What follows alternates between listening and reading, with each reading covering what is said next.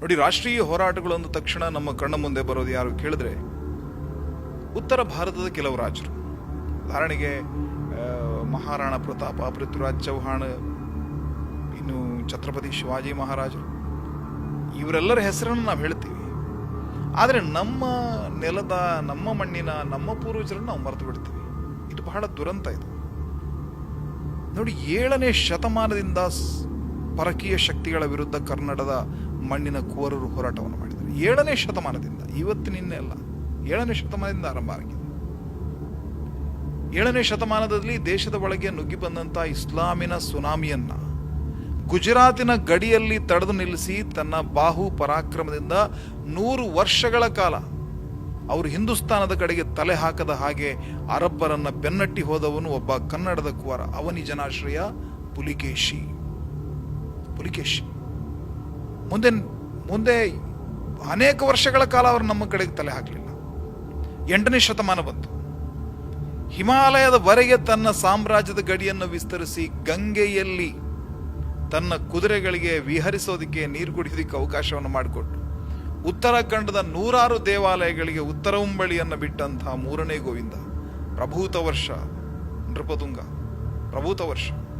ಅಮೋಘ ವರ್ಷ ನೃಪತುಂಗನ ತಂದೆ, ಕನ್ನಡದ ಕಗ್ಗಾಡಿನ ಮದಗಜಗಳು ಗೀಳಿಡುವ ಸದ್ದು ಹಿಮಾಲಯದಲ್ಲಿ ಮಾರ್ದನಸ್ವಾಗಿ ಮಾಡಿದವನು, ಕನ್ನಡದ ಮಣ್ಣಿನ ಕುವರ. ನರ್ಮದಾ ತೀರದಲ್ಲಿರುವಂತಹ ಶ್ರೀಭುವನದಲ್ಲಿ ಅವನಿಗೆ ಮಗ ಜನಿಸಿದ ಅಮೋಘ ವರ್ಷ ನೃಪತುಂಗ. ಆ ಖುಷಿಯಲ್ಲಿ ಇಡೀ ಉತ್ತರ ಭಾರತದಲ್ಲಿ ಸಂಭ್ರಮಾಚರಣೆ, ಉತ್ಸವಗಳು ನಡೆಯಿತು. ನಮ್ಮ ಅರಸ ಅಂತ ಹೇಳಿ ಕನ್ನಡದ ಕುವರ. ಅಂದ್ರೆ ಉತ್ತರಾಖಂಡದವರೆಗೆ ಕನ್ನಡದ ಗಡಿಯನ್ನು ವಿಸ್ತರಿಸಿದ್ದೇನು ಸಾಮಾನ್ಯ ಸಂಗತಿನ? ಅದಾದ ನಂತರ ವೀರಕಾವ್ಯ ಅಂತ ನಾವು ಯಾವುದನ್ನಾದ್ರೂ ಹೇಳುವುದಾದ್ರೆ ಯಾವುದನ್ನು ಹೇಳಬೇಕು? ವೀರಕಾವ್ಯ ಅಂತ ಹೇಳುವುದಿದ್ರೆ ಗಂಡುಗಲಿ ಕುಮಾರರಾಮನ ಪರಾಕ್ರಮ, ಕುಮಾರರಾಮನ ಚರಿತ್ರೆ. ಕಮ್ಮಟದುರ್ಗದಲ್ಲಿ ಅಭೇದ್ಯ ಕೋಟೆಯನ್ನ ಕಟ್ಟಿ ರಾಹುತರು, ಮಾವುತರು, ಬಿಲ್ಲುಗಾರರು, ಬಿಚ್ಚುಗತ್ತಿಯ ಬಂಟ್ರು, ಮಂದಿ ಮಾರ್ಬಲವನ್ನ ಕೂಡಿಕೊಂಡ್ರು. ದಿಲ್ಲಿಯ ಸುಲ್ತಾನನ ಸೇನೆಯನ್ನ ಎರಡು ಬಾರಿ ಬಗ್ಗು ಬಡದಂಥ ಪರಾಕ್ರಮಿ ಗಂಡುಗಲಿ ಕುಮಾರ. ಅವನೊಬ್ಬ ಹುಚ್ಚು ದೊರೆ ತುಘಲಕ್. ಎಲ್ಲರೂ ಹೆದರಿ ಸಾಯ್ತಾ ಇದ್ರು ಅವನಿಗೆ. ಅವನನ್ನು ಎದುರು ಹಾಕೊಳ್ಳುವಂತ ತಾಕತ್ತು ಯಾರಿಗಿರಲಿಲ್ಲ. ಆ ಕಾಲದಲ್ಲಿ ತುಘಲಕ್ ದೇವಗಿರಿಯನ್ನು ರಾಜಧಾನಿ ಮಾಡಿಕೊಂಡು ಇಡೀ ದಕ್ಷಿಣ ಭಾರತವನ್ನ ಕೈವಶ ಮಾಡಿಕೊಳ್ಳಬೇಕು ಅಂತ ಹೇಳಿ ಇಲ್ಲಿಯ ಅರಸರಿಗೆ ತನ್ನ ಚಪ್ಪಲಿ ಕಳಿಸಿದ. ರಾಜನ ಪಲ್ಲಕ್ಕಿಯಲ್ಲಿಟ್ಟು ತನ್ನ ಚಪ್ಪಲಿಯನ್ನು ಕಳಿಸ್ತಾನೆ, ರತ್ನಖಚಿತವಾಗಿರೋದು ಪಾದುಕೆ ಕಳಿಸಿ ಹೇಳ್ತಾನೆ, ದಕ್ಷಿಣ ಭಾರತದ ಎಲ್ಲ ರಾಜರು ಕೂಡ ಈ ಚಪ್ಪಲಿಯನ್ನ ಮುಟ್ಟಿ ನಮಸ್ಕರಿಸಬೇಕು, ಇದಕ್ಕೆ ಕಪ್ಪ ಕಾಣಿಕೆಯನ್ನು ಕೊಡಬೇಕು ಅಂತ ಹೇಳಿದವನು. ಎಲ್ಲ ರಾಜರು, ಹೆಚ್ಚಿನ ರಾಜರೆಲ್ಲ ಅದಕ್ಕೆ ಶರಣಾದರು. ಆ ತುಘಲಕ್ನನ್ನು ಎದುರು ಹಾಕೊಳ್ಳೋದು ಯಾರು? ನಮ್ಮ ಕಪ್ಪು ಕಾಣಿಕೆಯನ್ನು ಕೊಟ್ಟರು. ಮುಸಲ್ಮಾನರ, ಮೊಘಲರ ಗುಲಾಮಗಿರಿಯನ್ನು ಒಪ್ಕೊಂಡ್ರು. ಚಕ್ರವರ್ತಿ ಅವನ ಅಂತ ಒಪ್ಕೊಂಡ್ರು ಇವರು. ಆ ವೇಳೆ ತುಘಲಕ್ನ ವಿರುದ್ಧ ತೊಡೆ ತಟ್ಟಿದವನು ಒಬ್ಬನೇ, ಗಂಡುಗಲಿ ಕುಮಾರರನ್ನು. ಅವನು ಹೇಳ್ತಾನೆ, ಚಪ್ಪಲಿ ಬಹಳ ಚೆನ್ನಾಗಿದೆ, ನನಗೊಂದು ಜೊತೆ ಇರಲಿ, ಇದು ನನ್ನ ಅಣ್ಣನಿಗೊಂದು ಜೊತೆ ಮಾಡಿಕೊಂಡು ತನ್ನಿ, ನಿಮ್ಮ ತುಘಲಕ್ನಿಗೆ ಹೇಳಿ ಅಂತ ಹೇಳಿ ತೊಡೆ ತಟ್ಟಿದ. ಅವನ ವಿರುದ್ಧ ಹೋರಾಟ ಮಾಡಿದ. ಸಿಂಹದವಾಗಿ ಸೆಣಸಿ ರಣರಂಗದಲ್ಲಿ ಪ್ರಾಣಾರ್ಪಣೆಯನ್ನು ಮಾಡ್ತಾನೆ ಗಂಡುಗಲಿ ಕುಮಾರರಾಮ. ಚಪ್ ಕೊಡ್ಲಿ ಅಂತ ಹೇಳ್ತಾರಲ್ಲ, ಅದು ತಗೊಂಡು ಇಡೀ ಮೊಘಲರ ಸೇನೆಯನ್ನ ತರದು ಹಾಕಿದ್ರು ಅವರು, ಸುಲ್ತಾನರ ಸೇನೆಯನ್ನ. ಆ ಪರಾಕ್ರಮವನ್ನ ಕನ್ನಡದ ನೆಲದಲ್ಲಿ ಇವತ್ತಿಗೂ ಈ ಭುವನೇಶ್ವರಿ ನೆಲದಲ್ಲಿ ಆ ಎಲ್ಲ ಶತ್ರುಗಳಿಗೆ ಸಮಾಧಿಯನ್ನ ಕಟ್ಟಿದಂತಹ ವೀರ ಪರಂಪರೆ ನಮ್ಮಲ್ಲಿದೆ. ಕಮ್ಮಟದುರ್ಗ ಪತನ ಆಯಿತು, ಶತ್ರುಗಳ ಸೇನೆ ಅಗಾಧವಾಗಿತ್ತು. ಕಮ್ಮಟದುರ್ಗ ಪತನ ಆಯಿತು. ಕರ್ನಾಟಕ ರತ್ನ ಸಿಂಹಾಸನ ಅನಾಥ ಆಯ್ತಲ್ವಾ? ಆ ಕರ್ನಾಟಕ ರತ್ನ ಸಿಂಹಾಸನ ಚಂದ್ರಗಿರಿಗೆ ತೆಗೆದುಕೊಂಡು ಹೋಗಿ ಅಲ್ಲಿ ಅದನ್ನು ಸುರಕ್ಷಿತವಾಗಿ ಕಾಪಾಡಿದವನು ಯಾರು? ಬೈಚಪ್ಪ ನಾಯಕ. ವಿಜಯನಗರ ಸಾಮ್ರಾಜ್ಯ ಸ್ಥಾಪನೆ ಆಗುವವರೆಗೆ ಕರ್ನಾಟಕ ರತ್ನ ಸಿಂಹಾಸನವನ್ನು ಚಂದ್ರಗಿರಿಯಲ್ಲಿ ಸುರಕ್ಷಿತವಾಗಿ ಕಾಪಾಡಿದವನು ಬೈಚಪ್ಪ ನಾಯಕ. ಮುಂದೆ ಅವನು ಮಂತ್ರಿ ಕೂಡ ಆಗ್ತಾನಲ್ಲಿ. ವಿಜಯನಗರದ ನಿರ್ಮಾಣ ಆದಾಗ ಒಂದು ದೊಡ್ಡ ಸಮಸ್ಯೆ ಎದುರಾಯಿತು. ವಿಜಯನಗರ ಸಾಮ್ರಾಜ್ಯದ ಸಣ್ಣ ಒಂದು ದೀಪವನ್ನು ಹಚ್ಚಿದವರು ಹರಿಹರ, ಬುಕ್ಕರಾಯ, ವಿದ್ಯಾರಣ್ಯರ ಅದಕ್ಕೆ ಬೆಂಬಲ ಇತ್ತು. ಆದರೆ ಆಗಲೇ ಹೊಯ್ಸಳ ಸಾಮ್ರಾಜ್ಯ ಪತನ ಆಗಿದೆ. ಹೊಯ್ಸಳರ 3ನೇ ವೀರಬಲ್ಲಾಳನನ್ನ, ಕೊನೆಯ ದೊರೆ ವೀರಬಲ್ಲಾಳನ ಪತ್ನಿ ಚಿಕ್ಕಾಯಿ ತಾಯಿ ಅವರು ನಮ್ಮ ಬಾರ್ಕೂರಿನವರು, ನಮ್ಮ ಕರ್ನಾಟಕದ ದಕ್ಷಿಣ ಕನ್ನಡದ ಬಾರ್ಕೂರಿನವರು ಅವರು. ಅವ್ರು ಹೇಳಿದರು, ಒಂದು ಹಿಂದೂ ಸಾಮ್ರಾಜ್ಯ ಸ್ಥಾಪನೆ ಆಗುತ್ತೆ, ಮತ್ತೊಂದು ಶಕ್ತಿಶಾಲಿ ಆದಂಥ ಒಂದು ಒಕ್ಕೂಟವನ್ನು ರಚನೆ ಮಾಡ್ತೀವಿ ಅಂತ ಹೊರಟಿದ್ದೀರಿ, ನಿಮಗೆ ನಮ್ಮ ಬೆಂಬಲ ಇದೆ, ನಮ್ಮ ಸಾಮ್ರಾಜ್ಯದ ಅಷ್ಟು ಭಾಗವನ್ನು ನಿಮ್ಗೆ ಕೊಡ್ತೀವಿ ಅಂತ ಹೇಳಿ ಅವಳು ಎಲ್ಲೂ ಕೂಡ ಹರಿಹರ ಬುಕ್ಕರಾಯರಿಗೆ ಎಲ್ಲೂ ಕೂಡ ಆಕ್ಷೇಪವನ್ನು ಮಾಡಲಿಲ್ಲ.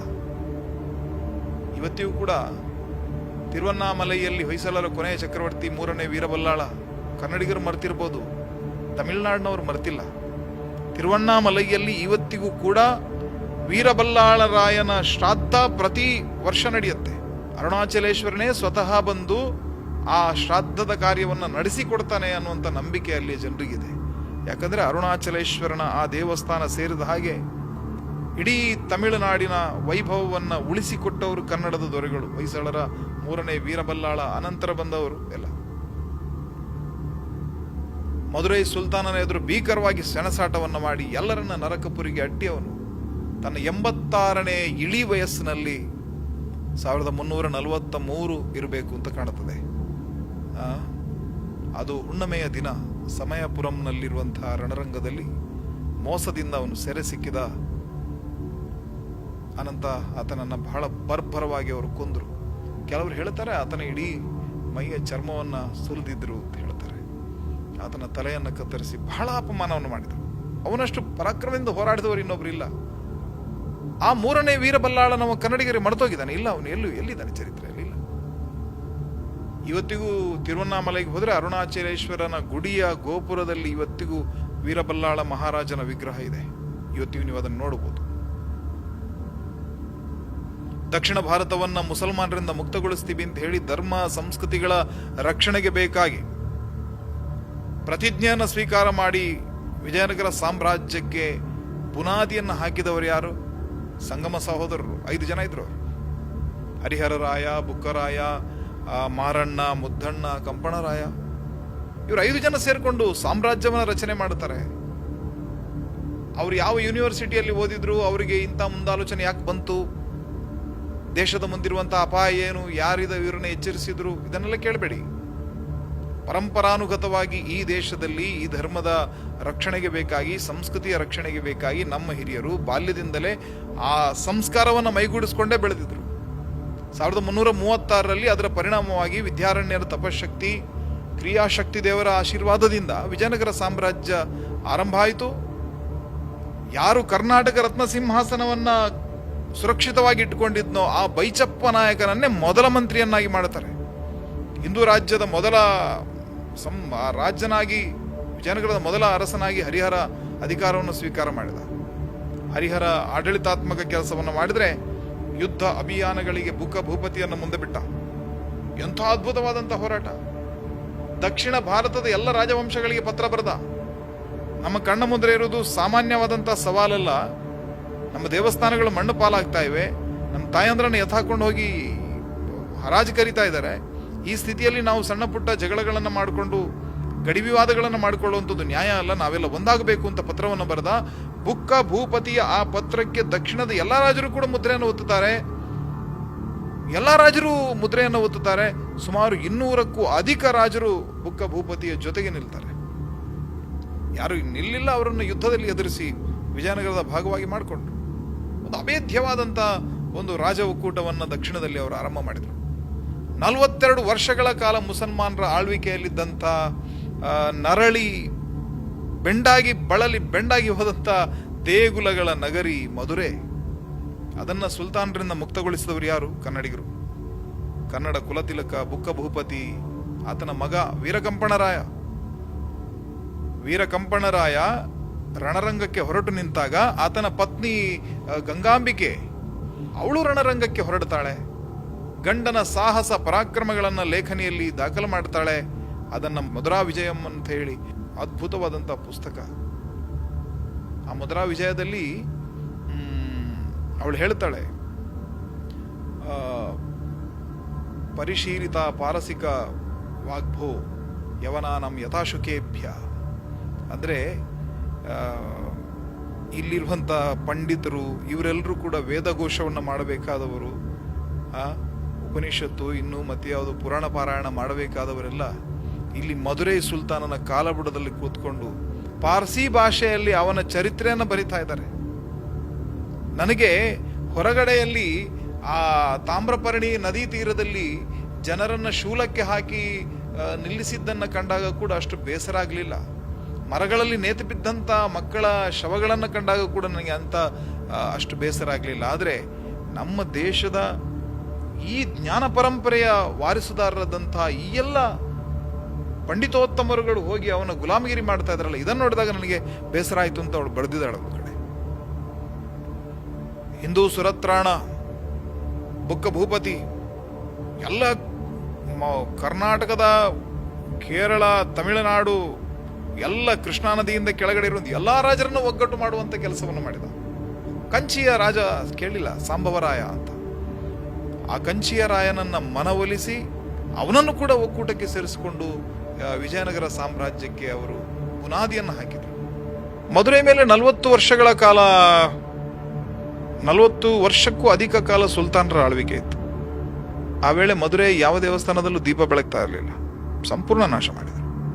ಶ್ರೀರಂಗಂನ ದೇವಸ್ಥಾನದ ಮೂರ್ತಿಯನ್ನ ರಾತ್ರೋರಾತ್ರಿ ಅದನ್ನು ತಿರುಪತಿಗೆ ಸಾಗಿಸಿ ಅಲ್ಲಿ ಇಟ್ಟಿದ್ರು. ಶ್ರೀರಂಗಂನಲ್ಲಿ ದೇವರೇ ಇರಲಿಲ್ಲ. ಇವತ್ತು ಬಹಳ ದೊಡ್ಡ ವೈಷ್ಣವ ಕೇಂದ್ರ ಅದು, ಅಲ್ಲಿ ದೇವರೇ ಇರಲಿಲ್ಲ ಎಷ್ಟೋ ವರ್ಷಗಳ ಕಾಲ.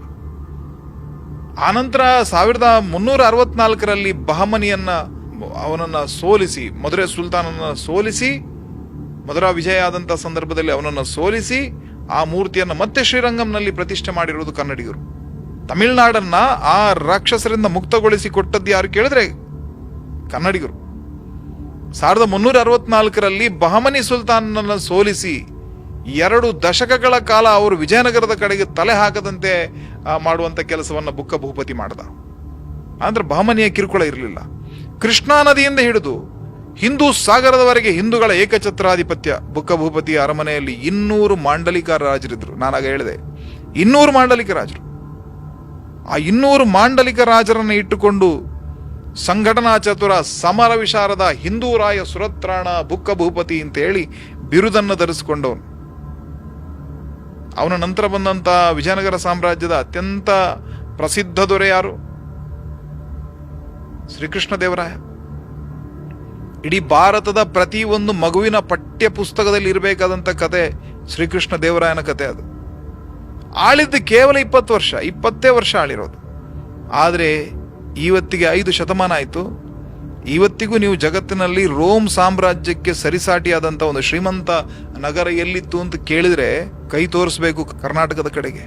ವಿಜಯನಗರ ಸಾಮ್ರಾಜ್ಯ, 3 ಕಡಲ ಒಡೆಯ, ಯವನ ರಾಜ್ಯ ಸಂಸ್ಥಾಪನಾಚಾರ್ಯ ಶ್ರೀಕೃಷ್ಣ ದೇವರಾಯ ಅಂತ ಅವನಿಗೆ ಬಿರುದನ್ನು ಕೊಟ್ಟರು. ಶ್ರೀಕೃಷ್ಣ ದೇವರಾಯ 3 ಕಡಲಿನ ಒಡೆಯ. ನೀವು ಯೋಚನೆ ಮಾಡಿ, 15ನೇ ಶತಮಾನದಲ್ಲಿ ನಮ್ಮ ಇಡೀ ಭಾರತಕ್ಕೆ ಸಮುದ್ರ ಮಾರ್ಗದಿಂದ ವ್ಯಾಪಾರ ಆರಂಭ ಆಗಿರೋದು 14-15ನೇ ಶತಮಾನದಲ್ಲಿ. ಆ ವೇಳೆ 3 ಸಮುದ್ರದ 3 ತೀರಗಳು ಕೂಡ ಒಂದು ರಾಜ್ಯದ ಕೈಯಲ್ಲಿತ್ತು. ಯಾರದು? ಶ್ರೀಕೃಷ್ಣ ದೇವರಾಯನ ಕೈಯಲ್ಲಿತ್ತು. ಗೋವಾಕ್ಕೆ ಬೇಕಾಗಿ ಬಹಳ ಯುದ್ಧಗಳಾಯಿತು, ಬಿಜಾಪುರದವರು ಮತ್ತು ಕೃಷ್ಣದೇವರಾಯನ ಮಧ್ಯದಲ್ಲಿ. ಹೀಗೆ ಯಾವ ಬಂದರನ್ನು ಬಿಟ್ಟುಕೊಡ್ಲಿಲ್ಲ. ಎಲ್ಲ ಬಂದರುಗಳು ನಮ್ಮ ವಿಜಯನಗರದ ಅಡಿಯಲ್ಲಿತ್ತು. ಎಲ್ಲ ಸಮುದ್ರ ವಹಿವಾಟುಗಳ ಮೂಲಕ ಅತ್ಯಂತ ಶ್ರೀಮಂತವಾದಂತಹ ರಾಜ್ಯ ವಿಜಯನಗರ ಸಾಮ್ರಾಜ್ಯ ಆಯಿತು. ಅವನು ಯಾವ ರೀತಿ ಅವರನ್ನ ಆ ವಿದೇಶಿ ಶಕ್ತಿಗಳನ್ನು ನಡೆಸ್ಕೊಳ್ತಾ ಇದ್ದ ಅಂತ ಹೇಳಿದ್ರೆ, ಒಬ್ಬ ಡೊಮಿಂಗೋ ಫಯಾಜ್ ಅಂತ ಇದ್ರು, ಅಬ್ದುಲ್ ರಶೀದ್, ಇವರೆಲ್ಲ ತಮ್ಮ ಪ್ರವಾಸಿ ಕಥನದಲ್ಲಿ ಅದನ್ನು ಬರೆದಿದ್ದಾರೆ, ದಾಖಲೆ ಮಾಡಿದ್ದಾರೆ. ನ್ಯೂನೀಚ್ ಅವರೆಲ್ಲ ಬರೆದಿದ್ದಾರೆ. ಅವರೆಲ್ಲ ಬರೀ ಒಂದು ಫರ್ಗಟನ್ ಎಂಪೈರ್ ಅಂತ ಒಂದು ಪುಸ್ತಕ ಇದೆ. ಅವ್ರು ಹೇಳ್ತಾರೆ, ಶ್ರೀಕೃಷ್ಣ ದೇವರಾಯ ಬೆಳಿಗ್ಗೆ ಎದ್ದು 3/4 ಪಿಂಟ್ ಅಂದ್ರೆ ಅದೊಂದು ಮಾಪನ. ಅದು 3/4 ಪಿಂಟಿನಷ್ಟು ಎಳ್ಳೆಣ್ಣೆಯನ್ನು ಕುಡಿತಾ ಇದ್ದಂತೆ ಬೆಳಿಗ್ಗೆ ಎದ್ದು. ಖಾಲಿ ಹೊಟ್ಟೆಗೆ ಎಳ್ಳೆಣ್ಣೆಯನ್ನು ಕುಡಿಬೇಕು. ಆ ನಂತರ ಸಮರಾಭ್ಯಾಸ, ಪೂರ್ತಿ ಕತ್ತಿಗಳನ್ನು ಹಿಡಿದುಕೊಂಡು ತಾಲೀಮ್ ಮಾಡೋದು. 3/4 ಗಂಟೆ 2 ಗಂಟೆ ಜೊತೆಯಲ್ಲಿರುವಂತಹ ಜಟ್ಟಿಗಳ ಜೊತೆಗೆ ಕಾಳಗ, ಕತ್ತಿ ಯುದ್ಧ, ಮಲ್ಲ ಯುದ್ಧ, ವರಸೆ, ಇದನ್ನೆಲ್ಲ ಮಾಡುದು. ಆನಂತರ ಕುದುರೆಯ ಮೇಲೆ ಓಟ. ಇವತ್ತು ನಾವು ವಿಜಯನಗರ ನೋಡ್ತೀವಲ್ಲ, ಆ ಸುತ್ತ ಅಲ್ಲಿ ಕುದುರೆಗಳ ಮೇಲೆ ಕೂತು ಓಟವನ್ನು ಮಾಡೋದು, ಕುದುರೆ ದೌಡು. ಆ ಕುದುರೆ ಸವಾರಿಯನ್ನ ಮಾಡ್ತಾ ಇದ್ದ. 9:10 ಗಂಟೆಗೆಲ್ಲ ದೇವರ ಪೂಜೆ ಎಲ್ಲ ಮುಗಿಸಿ ಅನಂತರ ಅವರು ಅರಮನೆಗೆ ಹೋಗ್ತಾರೆ. ಆ ಅರಮನೆಗೆ ಹೋದಾಗ ಅನೇಕ ರಾಜ ಪ್ರಮುಖರು, ರಾಜ ಪ್ರತಿನಿಧಿಗಳೆಲ್ಲ ಬಂದಿರ್ತಾರೆ ಬೇರೆ ಬೇರೆ ರಾಜ್ಯದಿಂದ. ಯಾವುದೋ ವಿಷಯಗಳ ಬಗ್ಗೆ ಮಾತನಾಡೋದಕ್ಕೆ, ಚರ್ಚೆ ಮಾಡೋದಕ್ಕೆ ಅವ್ರು ಬಂದಿರ್ತಾರೆ. ಎಲ್ಲೆಲ್ಲಿಂದಲೂ ಸುದ್ದಿಗಳಿರ್ತಾವೆ, ಅದನ್ನೆಲ್ಲ ತರಿಸ್ತಾರೆ, ಅದೆಲ್ಲ ಚರ್ಚೆಗಳಾಗ್ತಾವೆ ಅಲ್ಲಿ. ಆದರೆ ಮುಸ್ಲಿಂ ದೊರೆಗಳಿದ್ರಲ್ಲ, ವಿಜಯನಗರದ ವಿರುದ್ಧ ಕತ್ತಿ ಮಸೀತ ಇದ್ದಂತ ಕೆಲವು ಮುಸ್ಲಿಂ ದೊರೆಗಳಿದ್ರು, 5-6 ದೊರೆಗಳಿದ್ರು. ಬಾಮನ್ನಿದ್ದ, ಆದಿಲ್ ಶಾಹಿಗಳಿದ್ರು, ನಿಜಾಂ ಶಾಹಿಗಳಿದ್ರು, ಇಮಾಮ್ ಶಾಹಿಗಳು, ಕುತುಬ್ ಶಾಹಿಗಳು, ಬರೀದ್ ಶಾಹಿಗಳು, ಇವರೆಲ್ಲ ಇದ್ರಲ್ಲ. ಇವರ ಪ್ರತಿನಿಧಿಗಳಿಗೆ ಕೃಷ್ಣದೇವರಾಯನನ್ನ ಭೇಟಿ ಮಾಡಬೇಕಿದ್ರೆ ಸಮಯ ಯಾವುದು? ಕುದುರೆಯಲ್ಲಿ ಓಟ ಮಾಡ್ತಾರಲ್ಲ ಆ ಸಮಯದಲ್ಲಿ. ಕುದುರೆ ಓಟ ಮಾಡಬೇಕಿದ್ರೆ ಇವ ಹಿಂದಿಂದ ಓಡ್ಬೇಕು, ಅದ್ರ ಹಿಂದೆ. ಅವರು ಸುತ್ತು ಬರಬೇಕಿದ್ರೆ, ಮೈದಾನದಲ್ಲಿ ಸುತ್ತು ಬರಬೇಕಿದ್ರೆ ಅವ್ರ ಹಿಂದೆ ಇವನು ಓಡ್ಬೇಕು, ರಾಜಪ್ರತಿನಿಧಿ. ಅಷ್ಟು ಹೀನಾಯವಾಗಿ ಅವ್ರನ್ನ ನಡೆಸ್ಕೊಳ್ತಾರೆ. ನಿಮ್ಗೆ ಯೋಗ್ಯತೆ ಏನು ಅಂತ ತೋರಿಸ್ಕೊಟ್ಟಿದ್ದ ಕೃಷ್ಣದೇವರಾಯ. ಬೇರೆ ಎಲ್ಲರ ಜೊತೆ ಕೂತು ಮಾತುಕತೆ ಆದ್ರೆ ಇವ್ರನ್ನ ಓಡಿಸ್ತಾ ಮಾತಾಡ್ತಿದ್ದೆ ಇವ್ರನ್ನ. ಆ ಕುದುರೆ ಹಿಂದೆ ಇವರು ಓಡೋರು. ಇದು ಶ್ರೀಕೃಷ್ಣ ದೇವರಾಯನ ಗತ್ತು, ಕೃಷ್ಣದೇವರಾಯನ ತಾಕತ್ತು. ಶೂನ್ಯದಿಂದ ವಿಜಯನಗರ ಕಟ್ಟಿದಂತ ಹಕ್ಕಬುಕ್ಕ ಹರಿಹರರಾಯರು 1565ರಲ್ಲಿ ಆ ಸಾಮ್ರಾಜ್ಯ ಪತನ ಆಯಿತು. ಎಲ್ಲ ಶತ್ರುಗಳು ಸೇರ್ಕೊಂಡ್ರು. ನಾವು ಕೂಡ ಸ್ವಲ್ಪ ಸೆಕ್ಯುಲರ್ಗಳಾದ್ವಿ. ಪರಿಣಾಮವಾಗಿ ಇವತ್ತು ಭಾರತ ಏನು ಎದುರಿಸ್ತಾ ಇದೆ ಅದೇ ಪರಿಸ್ಥಿತಿ ಅವತ್ತು ವಿಜಯನಗರಕ್ಕೂ ಬಂತು. ನಮ್ಮ ಒಳಗಿದ್ದಂಥ ಶತ್ರುಗಳೇ ನಮ್ಮನ್ನು ಮುಗಿಸಿದರು. 6-7 ತಿಂಗಳುಗಳ ಕಾಲ ನಿರಂತರ ಲೂಟಿ ನಡೆಯಿದ್ದು. ಜಗತ್ತಿನ ಅತ್ಯಂತ ಉತ್ಕೃಷ್ಟವಾಗಿದ್ದಂಥ ಒಂದು ನಗರ ರಾತ್ರಿ ಹಗಲಾಗೋದರ ಒಳಗೆ ಹಾಳು ಹಂಪೆಯಾಗಿ ಬದಲಾಯಿತು. ಅದನ್ನ ಹುಡುಕಿರೋದು ಪೊದೆಗಳ ಮಧ್ಯದಿಂದ, ಕಾಡಿನ ಮಧ್ಯದಿಂದ ಯಾರೋ ಬೇಟೆಗೆ ಹೋದಂತ ಬ್ರಿಟಿಷರು ಹುಡುಕಿ ತೆಗೆದಿರೋದು. ಅಷ್ಟು ನಾಶವಾಗಿತ್ತದು. ಗೊತ್ತೇ ಇರಲಿಲ್ಲ, ಜನ ಅಲ್ಲಿ ಹೋಗೋದೇ ಬಿಟ್ಟಿದ್ರು. ಅದು ಅಷ್ಟು ಜನರ ಕಗ್ಗೊಲೆ ನಡೆದಿದೆ, ಅಷ್ಟು ಲೂಟಿಗಳು ನಡೆದಿವೆ. ಆದ್ರೆ ಆ ವಿಜಯನಗರವನ್ನು ಮತ್ತೆ ಸ್ಥಾಪನೆ ಮಾಡಬೇಕು ಅಂತ ಅನೇಕ ಜನ ಹೋರಾಟವನ್ನು ಮಾಡಿದ್ದಾರೆ. ಶೂನ್ಯದಿಂದಲೇ ಮತ್ತೊಮ್ಮೆ ವಿಜಯನಗರನ ಕಟ್ಟಬೇಕು ಅಂತ ಹೇಳಿ ಹೋರಾಟವನ್ನ ಮಾಡಿದಂತ ಚಿಕ್ಕ ವೆಂಕಟರಾಯನನ್ನ ಅಲ್ಲಿಂದ ಸೇಫ್ ಮಾಡಿ ಚಂದ್ರಗಿರಿಯಲ್ಲಿ ಅವನಿಗೆ ಪಟ್ಟವನ್ನ ಕಟ್ಟಿದವನು ಎಚ್ಚಮ್ಮ ನಾಯಕ. ಇವತ್ತು ಎಚ್ಚಮ್ಮ ನಾಯಕನು ಗೊತ್ತಿಲ್ಲ, ಚಿಕ್ಕ ವೆಂಕಟರಾಯನ ಬಗ್ಗೆ ಚರಿತ್ರೆ ನಮ್ಮಲ್ಲಿ ಹೆಚ್ಚಿನವರಿಗೆ ಅದೆಲ್ಲ ಮರೆತು ಹೋಗಿದೆ. ಅದೆಲ್ಲ ಎಲ್ಲೂ ಉಲ್ಲೇಖವೇ ಆಗಲ್ಲ ಅದು. ಆದರೆ ವಿಜಯನಗರ ಸಾಮ್ರಾಜ್ಯದ ಆದರ್ಶದ ಅಡಿಯಲ್ಲಿ ಅನೇಕ ಸಾಮಂತರಸರು, ಅನೇಕ ಪಾಳೆಗಾರರು ನಡೆದರು. ಚಿತ್ರದುರ್ಗದ ಪಾಳೆಗಾರರು ಹೋರಾಟವನ್ನು ಮಾಡಿದರು. ಆ ಕಡೆ ಮೈಸೂರಿನಲ್ಲಿ ಯದುವಂಶದ ಮೈಸೂರು ಒಡೆಯರು ಎದ್ದು ನಿಂತರು. ಈ ಕಡೆ ನಮ್ಮ ಮಲೆನಾಡಿನಲ್ಲಿ ಕೆಳದಿ ಸಂಸ್ಥಾನದವರು ಎದ್ದು ನಿಂತರು. ಮೈಸೂರು ಸಂಸ್ಥಾನದ ರಣಧೀರ ಕಂಠೀರವ ನರಸರಾಜ ಒಡೆಯರ್ ಹೆಸರು ಕೇಳಬೇಕಿದ್ರೆ ಮೈ ಜುಮ್ ಅನ್ನಬೇಕು. ವಿಜಯ ನರಸಿಂಹ ಅನ್ನುವಂತ ಒಂದು ಬಳ್ಳಿಯ ಹಾಗಿನ ಬಳುಕುವ ಕತ್ತಿ ಇತ್ತಂತವ್ರ ಹತ್ರ. ಅದನ್ನು ಸೊಂಟದ ಸುತ್ತಕೊಂಡು ಬರ್ತಾ ಇದ್ರು. ಯಾರಿಗೂ ಗೊತ್ತಾಗ್ತಿಲ್ಲ, ಒಂದು ಸೀಕ್ರೆಟ್ ವೆಪನ್ ಅವರದು. ಆದಿಲ್ ಶಾಹಿಯ ಸೇನೆಯನ್ನ ಧೂಳಿಪಟ ಮಾಡಿ ಯೋಗ ನರಸಿಂಹ ಮುದ್ರಾಂಕಿತವಾದಂತಹ ಬಂಗಾರದ ನಾಣ್ಯಗಳನ್ನ ಚಲಾವಣೆಗೆ ತಂದು, ಅದಕ್ಕೆ ಕಂಠೀರಾಹಿ ಅಂತ ಹೆಸರಿಡ್ತಾರೆ. ಬಂಗಾರದ ನಾಣ್ಯಗಳನ್ನ ಚಲಾವಣೆಗೆ ತಂದರು. ಸುವರ್ಣಯುಗ ಅದು. ಮೈಸೂರು ಮಹಾರಾಜರ ಒಡೆತನದಲ್ಲಿ ಕನ್ನಡದ ಎಲ್ಲ ಸಂಸ್ಕೃತಿ, ಕಲೆ ಅದೆಲ್ಲದಕ್ಕೆ ಮತ್ತೊಮ್ಮೆ ವಿಜಯನಗರದ ರೀತಿಯ ರಾಜಾಶ್ರಯಗಳು ಸಿಕ್ಕಿತು. ಛತ್ರಪತಿ ಶಿವಾಜಿ ಮಹಾರಾಜರ ವಂಶದ ಕುಡಿ ರಾಜಾರಾಮ ಕರ್ನಾಟಕಕ್ಕೆ ಆಶ್ರಯ ಕೇಳಿ ಬಂದಾಗ ಕವಳೆದುರ್ಗದ ಕೋಟೆಯಲ್ಲಿ ಅವನಿಗೆ ಆಶ್ರಯವನ್ನು ಕೊಟ್ಟು 30,000 ಮೊಘಲರ ಸೇನೆಯನ್ನ ಬೆನ್ನಟ್ಟಿ ಮಲೆನಾಡಿನ ಕಗ್ಗಾಡಿನಲ್ಲಿ ಅವರನ್ನ ಅಡ್ಡಡ್ಡಕ್ಕೆ ಸಿಗದು ಹಾಕಿದಂತ ಕನ್ನಡದ ಕುವರಿ ಕೆಳದಿಯ ರಾಣಿ ಚೆನ್ನಮ್ಮ ದೇವಿ ಚರಿತ್ರೆಯಲ್ಲಿ ಆಕೆಯ ಹೆಸರು ಬರ್ತಾ ಇಲ್ಲ ಎಲ್ಲೂ. ಕನ್ನಡದ ಮೇಲೆ ವಕ್ರದೃಷ್ಟಿ ಇಟ್ಟುಕೊಂಡು ಬಂದಂತ ಔರಂಗಜೇಬನನ್ನ ವಾಗಣಗೇರಿಯ ಕೋಟೆಯಲ್ಲಿ ಮಣಿಸಿ ಅವನನ್ನ ಹೆಡೆಮುರಿ ಕಟ್ಟಿ ಬೆಳ್ಳಿಯ ತಗಡಿನಲ್ಲಿ ಅವನ ಹತ್ರ ಮಾಫಿನಾಮೆಯನ್ನು ಬರೆಸಿ ಬಿಟ್ಟು ಕಳಿಸಿದಂತ ಪಿಡ್ಡಿ ನಾಯಕ, ಪೀತಾಂಬರ ಬಹಿರಿ ಪಿಡ್ಡಿ ನಾಯಕ ಹೆಸರಿಲ್ಲ. ಅವೇದ್ಯವಾದಂತಹ ಪಾಂಡಿಚೇರಿಯ ಕೋಟೆಯನ್ನ ಏಕಾಂಗಿಯಾಗಿ ಗೆದ್ದುಕೊಂಡು ಕೊಟ್ಟಂತ ಮೋಟುಗಾಯಿ ವೆಂಕಟಪ್ಪ ನಾಯಕ, ಸುರಪುರದ ವೆಂಕಟಪ್ಪ ನಾಯಕ ಹೆಸರಿಲ್ಲ. ಅದೇ ಮಣ್ಣಿನಲ್ಲಿ ಮತ್ತೊಬ್ಬ ನಾಯಕ ಹುಟ್ಟುತ್ತಾನೆ, ನಾಲ್ವಾಡಿ ವೆಂಕಟಪ್ಪ ನಾಯಕ. ಯಾರು?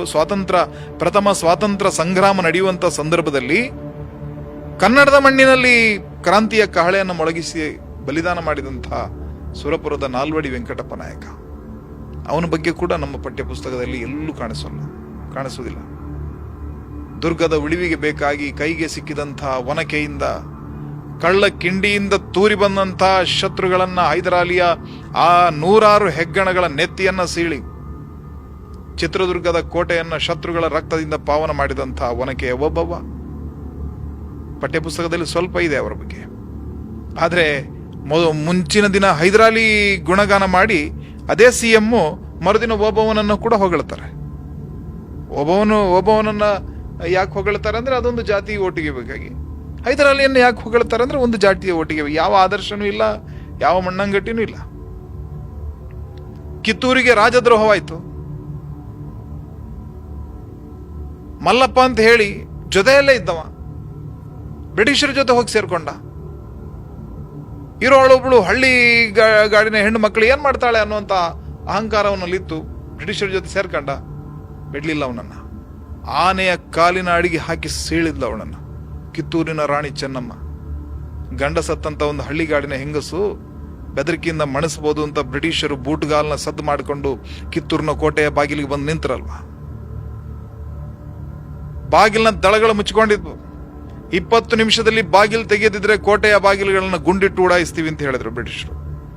Captain Black, captain Civil, lieutenant Tyden ಎಲ್ಲ ಬಂದು ನಿಂತಿದ್ದಾರೆ.